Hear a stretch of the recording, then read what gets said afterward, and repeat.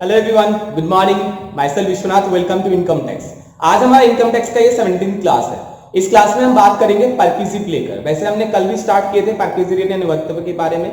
पहले हमने अलाउंसेस देख लिए थे, अलाउंसेस का सारा टैक्सेबल और नॉन टैक्सेबल या फिर आपका पार्टली टैक्सेबल अलाउंसेस हमने कंप्लीट कर लिए थे। अब हम बात कर रहे हैं अनुबत्ता या परक्विजिट लेकर। परक्विजिट मैंने आपको बोला था इट ऑलवेज इन काइंड, यानी जो आपको बेनिफिट के रूप में मिलता है। कभी कभार ये कैश में मिल सकता है, but normally it always in kind. वही जगह पर अलाउंसेस जो होता है वो हमारा क्या होता है, वो ऑलवेज इन कैश होता है कि नहीं? यही तो बताया गया था। तो वही हम परक्विजिट लेके आपको यहाँ पर बता रहे हैं। परक्विजिट में लास्ट क्लास में जो आपको बताया गया था वो हमारा बताया गया था रेंट फ्री एकोमोडेशन के बारे में। आज उसी को एक बार दोबारा दोहरा लेते हैं और उसी का एग्जांपल देख लेते हैं, और बाकी परक्विजिट भी हम हो सके जितना उतना आज हम कंप्लीट कर लेंगे। तो चलिए स्टार्ट करते हैं। तो हमारा पहला टॉपिक क्या है आज? रेंट फ्री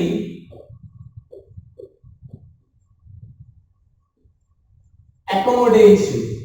अगर आपके मालिक ने आपको रेंट फ्री एकोमोडेशन दे रखा है तो उसका टैक्सेबिलिटी किस तरीके से अराइज होगा वो हम यहां पर बात कर रहे थे। ये जो हम परक्विजिट देखते हैं वो एज पर सेक्शन 17(2) के हिसाब से, 17(1) के हिसाब से आपका सैलरी में जो भी आता है वेजेस वगैरह सब कुछ आपको बता दिया गया था। आज हम बात कर रहे हैं परक्विजिट जो हमारा 17(2) में बताया जा रहा है। परक्विजिट में हम सबसे पहले देख रहे हैं रेंट फ्री एकोमोडेशन, जिसमें हम दो पार्ट बना लेते हैं। याद होगा आपको क्यों बोल रहे हैं? एक तो हमारा गवर्नमेंट एम्प्लॉइज के लिए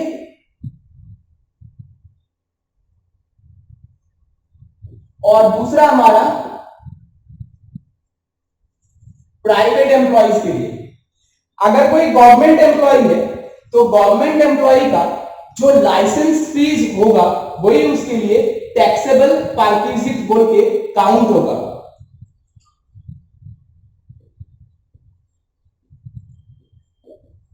लाइसेंस फीस जितना पेमेंट किया जाएगा गवर्नमेंट के द्वारा वही उसके लिए क्या हो जाएगा, टैक्सेबल परक्विजिट बोल के काउंट होगा। वही जगह पर अगर कोई प्राइवेट एम्प्लॉय है, क्या बोला मैंने, प्राइवेट एम्प्लॉय है, तो उनके लिए कैसे होगा अब उसको ध्यान देते हैं। प्राइवेट एम्प्लॉय के केस में दो चीज देखा जाता है। क्या वो हाउस जो है वो ओन्ड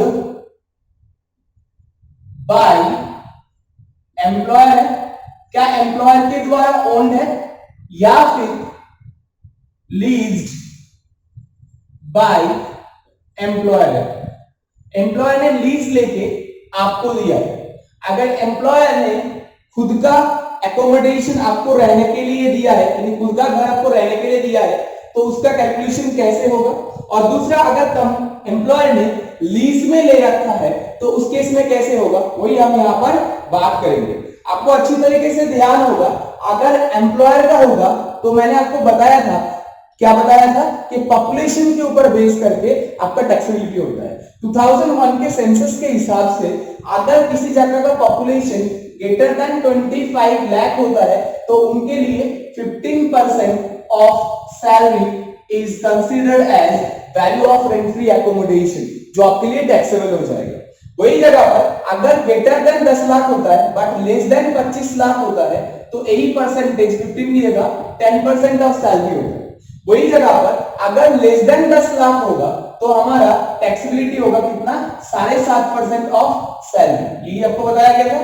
अगर इसी जगह पर वो एकोमोडेशन एम्प्लॉयर ने किराए पे लेके आपको दिया है तो एक्चुअल जितना रेंट मालिक आपका पेमेंट कर रहे हैं, एक्चुअल जितना रेंट मालिक पेमेंट कर रहा है और दूसरा 15% ऑफ सैलरी, दोनों में से जो लोअर होगा वही आपके लिए value of rent free accommodation बन जाएगा, यानी वैल्यू ऑफ परक्विजिट बन जाएगा। क्या बोला मैंने? एक तो मैंने बोला actual rent paid by employer, और दूसरा क्या बोला, 15% ऑफ सैलरी। दोनों में से जो लोअर होगा वही उसका वैल्यू ऑफ टैक्सेबल परक्विजिट बन जाएगा। किसके नाम पे? रेंट फ्री एकोमोडेशन के नाम पे। मैंने आपको एक बात और बताया था कि यहां पर सैलरी का मतलब क्या है। यहां पर सैलरी का मतलब एक तो आपका बेसिक सैलरी प्लस डीए।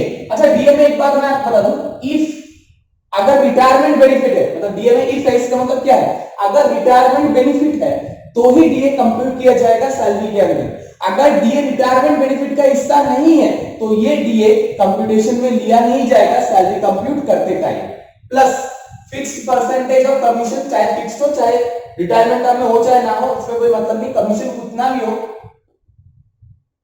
मतलब कैसा भी हो, चाहे फिक्स्ड हो चाहे ना हो, अगर सैलरी के ऊपर कमीशन मिल रहा है तो उसके लिए टैक्सेबल हो जाएगा। Plus all taxable allowances, taxable allowances का जो पार्ट है, जो अलाउंसेस का पार्ट आपका टैक्सेबल रह गया था, वो टैक्सेबल अलाउंसेस का पार्ट यहाँ पर आपका आ जाएगा, क्या बोल के, सैलरी बोलकर। कोई भी मॉनेटरी बेनिफिट आपको मिल रहा है वो इसके अंदर आपको टैक्सेबल बोल के काउंट होगा। सिर्फ डीए में इफ का कंडीशन है, मतलब डीए अगर रिटायरमेंट बेनिफिट होगा तो ही कंडीशन में काउंटिंग में लिया जाएगा, नहीं तो नहीं लिया जाएगा। अच्छा, और क्या नहीं लिया जाएगा सर?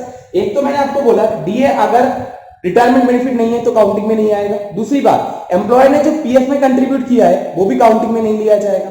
तीसरी बात, परक्विजिट का कोई भी वैल्यू इसमें काउंटिंग में लिया नहीं जाएगा। तो ये था हमारा सैलरी पर्पस, सैलरी में क्या क्या काउंट होगा, किसके लिए, परक्विजिट के केस में सैलरी बोल, कौन सी परक्विजिट, रेंट फ्री एकोमोडेशन के केस में। रेंट फ्री एकोमोडेशन के केस में सैलरी बोल के हमारा यही चीज कंपटीशन में लिया जाएगा। ठीक है, हो जाएगा। इसके बाद मैं आपको एक बात बता दूं, मान लो मेरा टैक्सेबल वैल्यू ऑफ, इसमें कंप्यूटेशन करके taxable value of rent free accommodation निकल गया इतना, ठीक है। इसके साथ ऐड हो जाएगा अगर आपने फर्निश्ड एकोमोडेशन ले रखा है, यानी टैक्सेबल पार्ट फॉर फर्नीचर। आपने अगर जैसे घर के अंदर आपको बेड का फैसिलिटी दिया गया, आपको पंखे का, लाइट का तो है ही, इसके अलावा पंखा लाइट तो छोड़ दो, एसी, फ्रिज, इन सब का फैसिलिटी अगर आपको दिया गया तो उसको क्या बोलेंगे हम, फर्निश्ड बोलेंगे। तो अगर फर्निश्ड एकोमोडेशन दिया गया है तो यहाँ पर फर्नीचर का वैल्यू भी परक्विजिट बोल के काउंट होगा। वो कौन सा वैल्यू होगा मैं आपको बताएगा। इन केस ऑफ फर्निश्ड, ऊपर वाला जो था नॉन फर्निश्ड हुआ, तो ये नॉन फर्निश्ड एकोमोडेशन का वैल्यू हो गया। अब फर्निश्ड का, फर्निश्ड के केस में क्या होगा, दो condition, if owned by employer, अगर एम्प्लॉयर का खुद का है तो 10% ऑफ कॉस्ट ऑफ फर्नीचर, जो भी फर्नीचर का फैसिलिटी आपको दिया गया है, चाहे वो एसी हो चाहे वो फ्रिज हो, सबका कॉस्ट का 10% आपके लिए टैक्सेबल हो जाएगा। अगर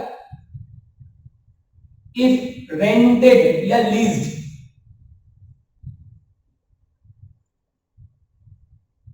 एम्प्लॉय ने अगर रेंट पेमेंट किया है उसके लिए तो एक्चुअल रेंट पेड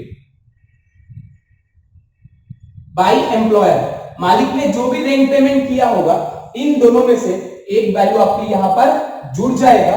कब, अगर मैं फर्निश्ड एकोमोडेशन की बात करूंगा तो फर्निश्ड मतलब जिसमें वैल्यू ऑफ एकोमोडेशन भी है और वैल्यू ऑफ आपका फर्नीचर भी है, फर्नीचर का सुविधा का भी वैल्यू परक्विजिट बोल के काउंट हो रहा है, उसको हम क्या बोलेंगे, फर्निश्ड एकोमोडेशन। क्या बोलेंगे, फर्निश्ड। तो आपका एकोमोडेशन वैल्यू और फर्नीचर वैल्यू जुड़ने के बाद जो आ गया वो हमारा वैल्यू ऑफ परक्विजिट हो गया, किसका, फर्निश्ड एकोमोडेशन का।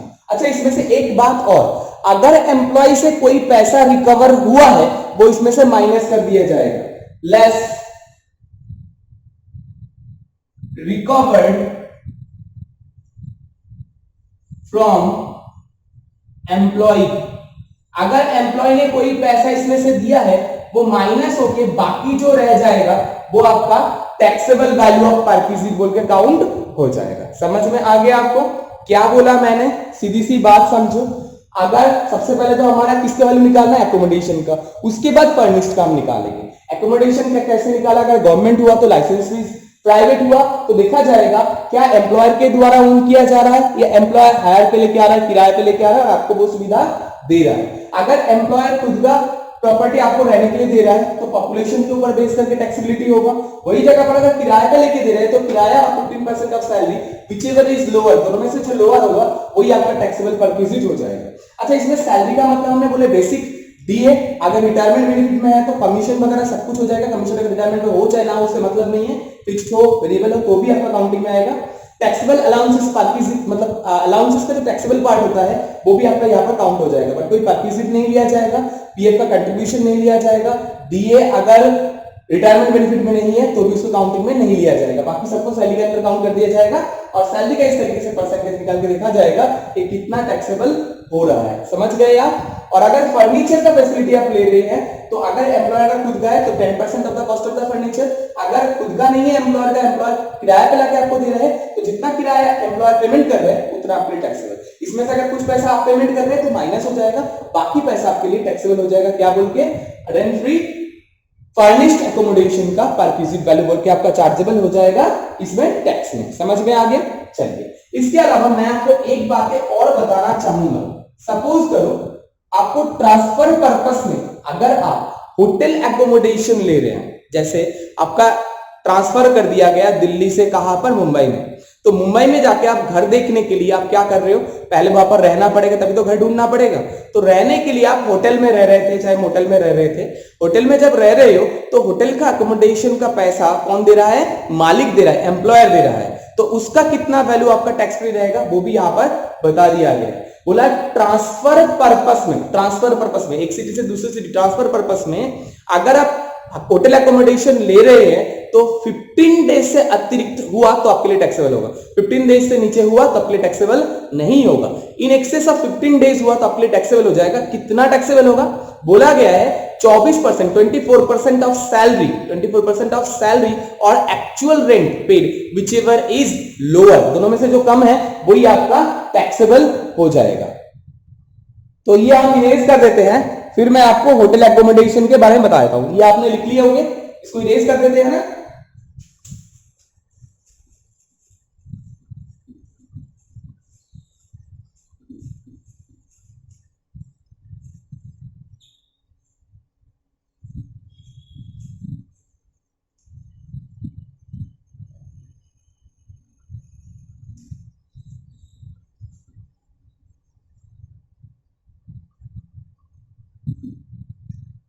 तो हमारा दूसरा point,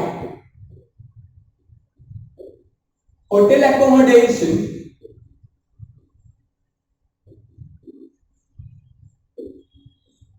in case of transfer of employee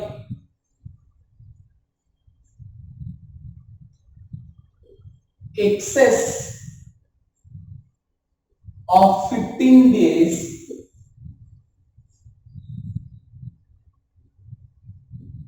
during the previous year, previous year में 15 डेज से ऊपर हुआ तो ही ये टैक्सेबल होगा, 15 डेज से नीचे हुआ तो टैक्सेबिलिटी अराइज नहीं होगा। 15 डेज से ऊपर हो गया तो परक्विजिट वैल्यू कितना होगा? बोला गया 24% ऑफ सैलरी, और सैलरी का मतलब आपको पता है बेसिक डीए, कमीशन और टैक्सेबल अलाउंसेस है ना, और 24% ऑफ सैलरी, और दूसरा पॉइंट क्या? Actual rent paid, hotel accommodation rent paid अपने जितना किए, दोनों में से जो लोअर होगा वो आपका टैक्सेबल हो जाएगा। क्या बोल के? होटल एकोमोडेशन बोल के। समझ में आ गया? कोई दिक्कत नहीं शायद आपको? समझ में आ गया ये बात?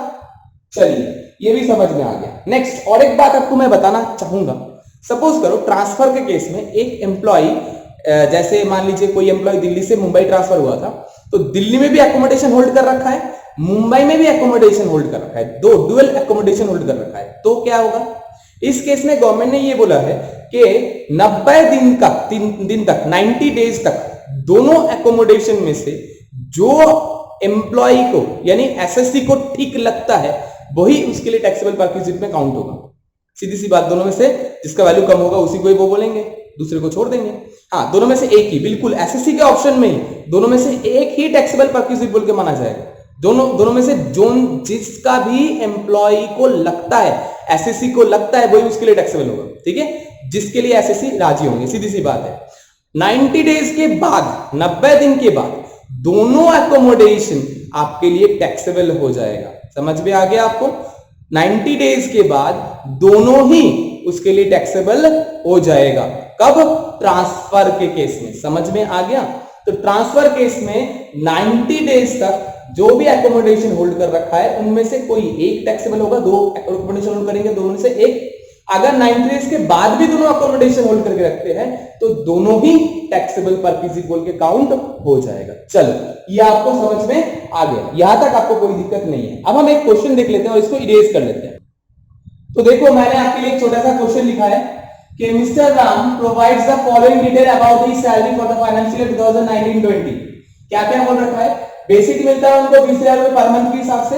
Dearness allowance 50% of the basic, और इस 50% में भी 50% रिटायरमेंट में है, बाकी रिटायरमेंट बेनिफिट नहीं है।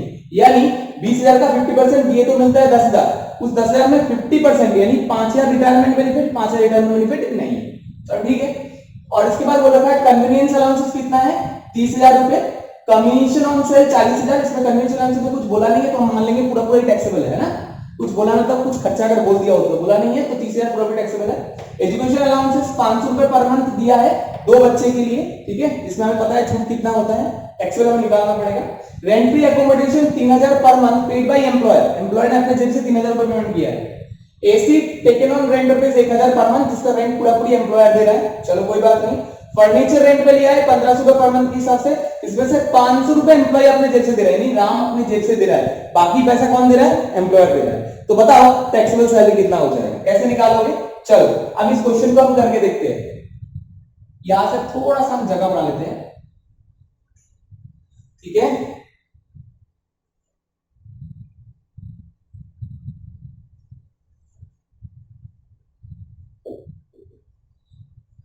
पर्टिकुलर्स अमाउंट, एसएससी का name mister Ram, previous year 19-20, assessment year 20-21, computation of salary, taxable salary है ना। चलो अब लिखो, सबसे पहले आते हैं बेसिक। बेसिक पूरा पूरी टैक्सेबल है ना। 20,000 पर मंथ के हिसाब से 12 महीने का 2,40,000। डीए बोल रखा है 50% ऑफ 2,40,000, 50% ऑफ बेसिक यानी 1,20,000। कन्वीनियंस अलाउंसेस डाल देते हैं, कितना बोल रखा है? 30,000। कमीशन फुल्ली टैक्सेबल, चाहे रिटायरमेंट बेनिफिट हो, चाहे फिक्स्ड हो, चाहे ना हो। Education allowances, children education allowances, इसमें पता है आपको टैक्सेबल कितना होगा? 500 के हिसाब से मिल रहा है 12 महीना, इसमें से छूट कितना है? 100 रुपए पर मंथ पर चाइल्ड, मैक्सिमम 2, मल्टीप्लाई बाई 12 महीने का, है ना। तो निकाल लो कितना निकल रहा है। इधर तो हो गया 6,000, ठीक है। इधर कितना हो गया? 200 इंटू 12, 2,400। टैक्सेबल कितना रह गया? 3,600 रुपए, ठीक है नहीं। तो अलाउंसेस आ गया। अब हम एकोमोडेशन का वैल्यू लेंगे, कितना टैक्सेबल हो रहा है। रेंट फ्री फर्निश्ड एकोमोडेशन दिया है, तो उसका टैक्सेबल वैल्यू निकालना है। तो सबसे पहले मुझे निकालना पड़ेगा salary. Computation of salary for purpose of perquisite. Perquisite कौन सा? Rent free accommodation.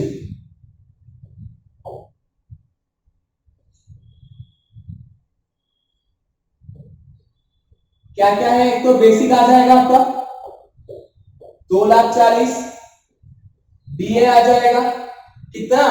1,20,000 नहीं, 50% ऑफ 1,20,000 आ जाएगा। क्यों भाई?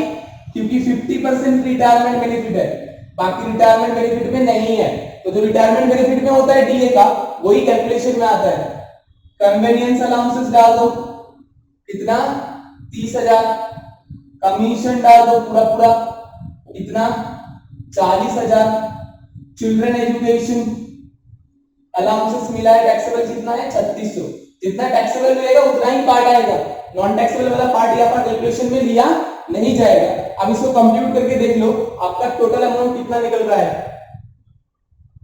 6 3 और इधर हो गए 10 3 13 4 17 17 7 8 1 2 3 3,73,600 है कि नहीं, इतना आपका सैलरी निकल रहा है जो हमारा अकोमोडेशन पर्पस में कंप्यूट होता है। अब देखो रेंट कितना पेमेंट हुआ है 3,000, तो हमारा कंप्यूटेशन कैसे होगा, taxable value of rent free furnished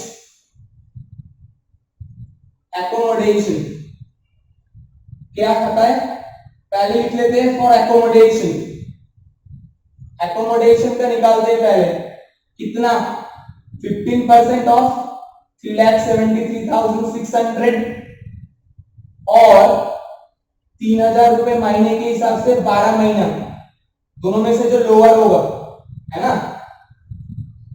lower between लिख देते हैं। अब बताओ कितना आ रहा है 15% 3,37,600 का,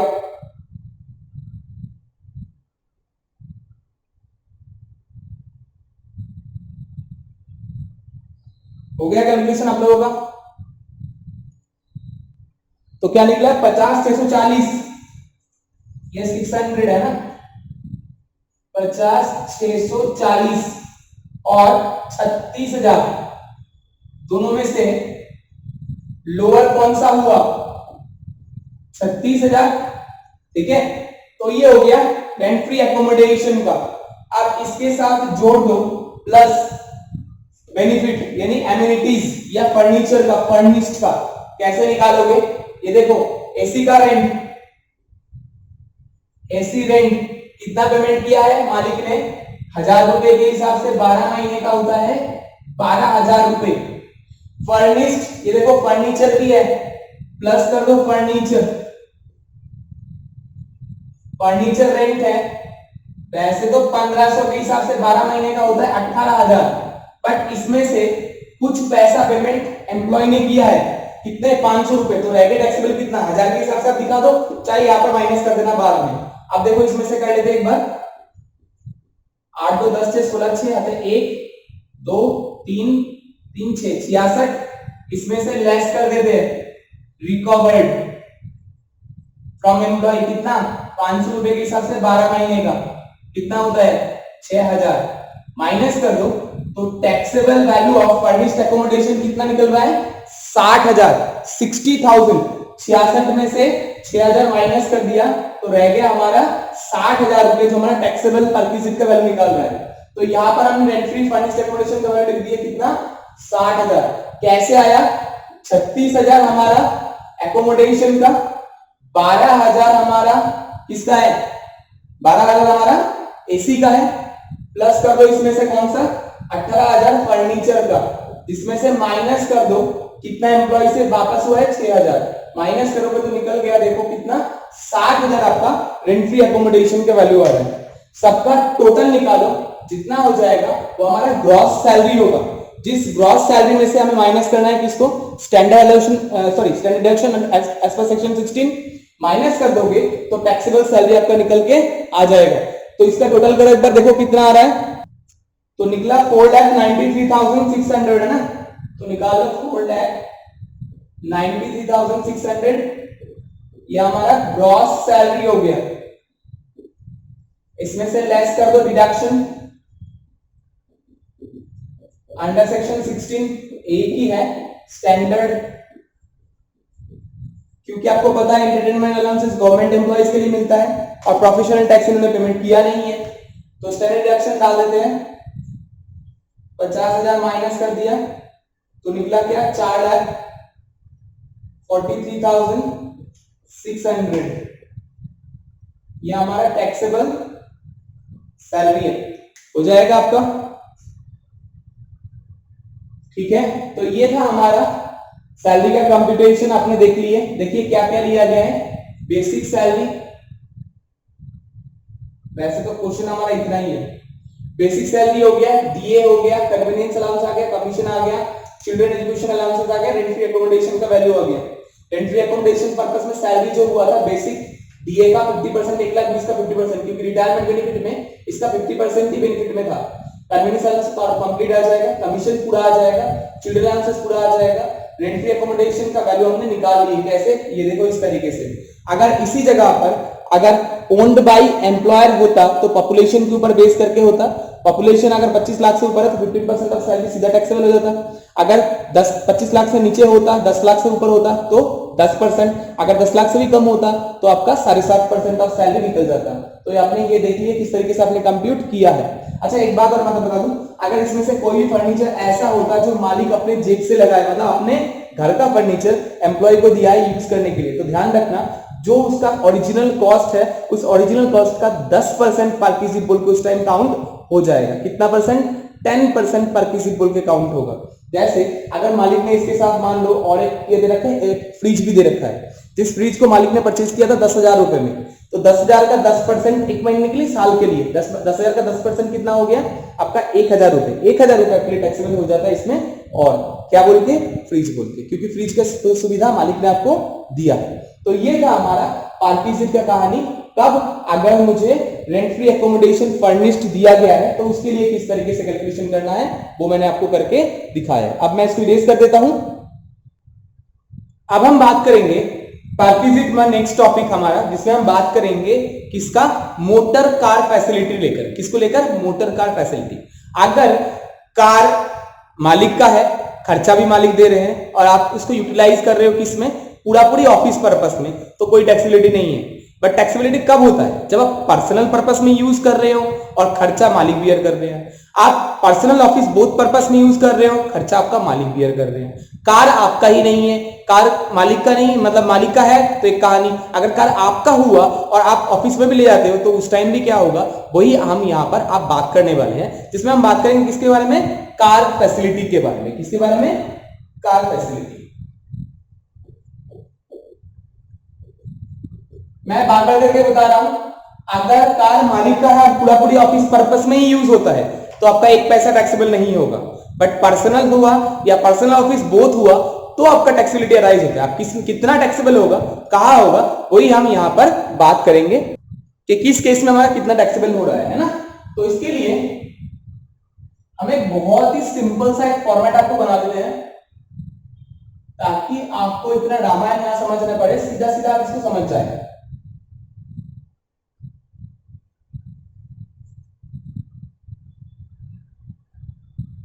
ओन्ड बाय, कार किसका है?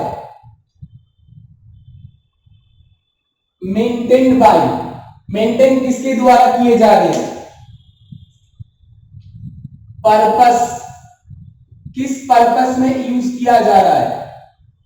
एंड कार का कैपेसिटी, एक तो less than 1600 CC, greater than 1600 CC, और 800 या उससे ऊपर, सीधी सी बात, ठीक है ना। तो चलो हम स्टार्ट करते हैं। अब देखते हैं कि क्या होता है। पहला हम मान लेते हैं कार भी एम्प्लॉयर का है, मेंटेन भी एम्प्लॉयर कर रहा है।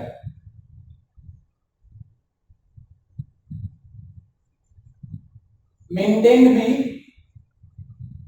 एम्प्लॉयर कर रहा है। अब यूज लेके बात करते हैं। यूज आप अगर पूरी पर्सनल पर्पस में करते हो, क्या बोला मैंने? पर्सनल पर्पस में करते हो तो कितना टैक्सेबल होगा? अब मैं यहां पर वो लिख रहा हूं। क्या बोला गया है? मेंटेनेंस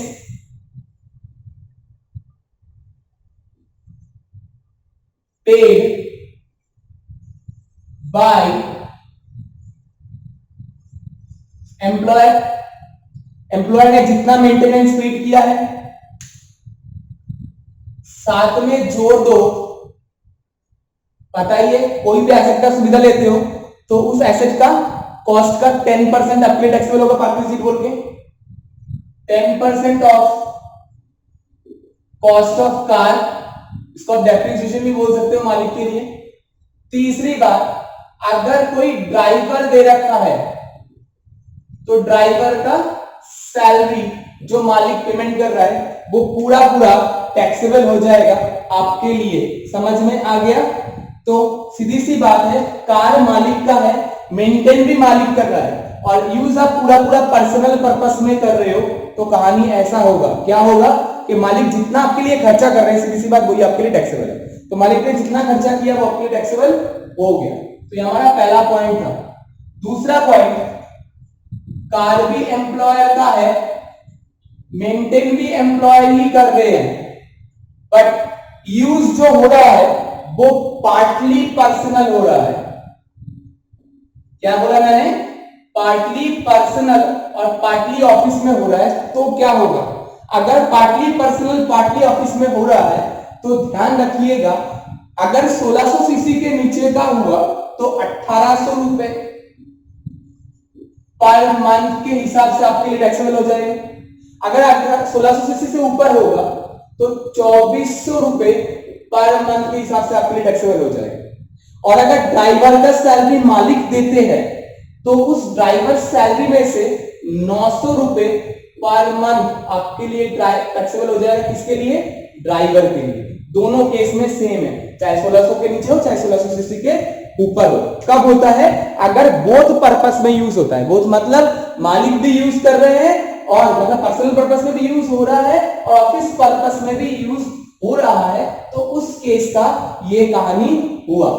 समझ में आ गया? तो देखो ना, ऑफिस पर्पस में भी हो रहा है, पर्सनल में भी हो रहा है, तो आप मेंटेनेंस जितना भी आप मालिक खर्चा कर रहा है, कार भी मालिक का ही है, तो उसमें से सिर्फ टैक्सेबल कितना होगा? ओनली 1800 रुपए पर मंथ के हिसाब से। और अगर 1600 सीसी से ऊपर हुआ तो 2400 रुपए पर मंथ के हिसाब से। क्यों भाई? ऑफिस पर्पस में भी यूज हो रहा है, पर्सनल में भी यूज हो रहा है, इस पर्पस में, इस कारण से।